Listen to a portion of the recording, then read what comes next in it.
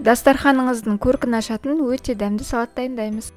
Тауықтың төс етіне тұз, қара бұрыш және паприкамызды салып, оның үстіне сұйық майымызды құйып, немесе оливковое масло қолдансаңыздар болады.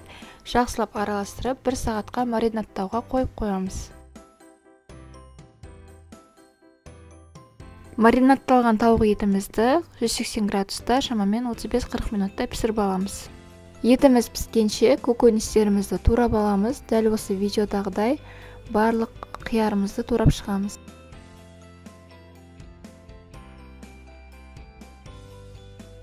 Одан кейін черри қызанағын дәл осылай 2-ге бөліп турап шығамыз. Егер сізде черри қызанағы болмаса, кәдімгі қызанақты ұсақтап турап шықсаңыздар болады.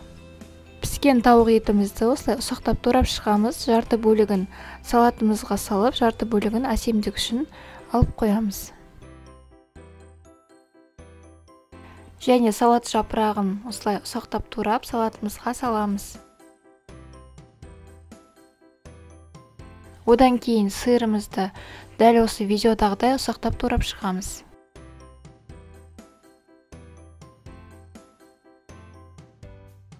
Салатымызға тұз бұрышын салып, оның үстіне майонезімізді құйып, барлығын жақсылап араластырамыз.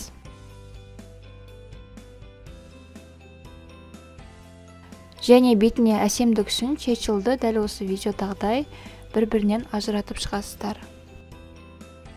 Тарелкамыздың үстіне әсемдік үшін осылай салат жапырағын қойып, салатымызды салып шығамыз.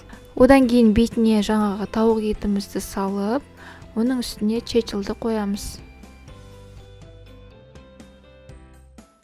Міне біздің салатымыз дайын болды, өте дәмді болып шығады. Міндетті түрде дайындап көріңіздер, әрі көп уақыттарыңызды алмайды. Сіздермен болған Аякөз ас болсын.